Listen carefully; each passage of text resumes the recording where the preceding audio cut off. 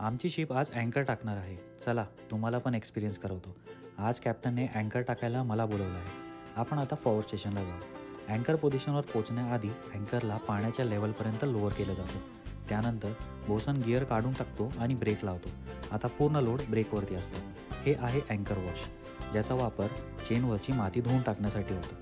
लाटांमुळे अँकर पाण्यात डुबक्या खात होता. जेव्हा शिप अँकर पोझिशनवर पोचते, कॅप्टन ब्रिजवरून ऑर्डर देतो, लेट गो अँकर.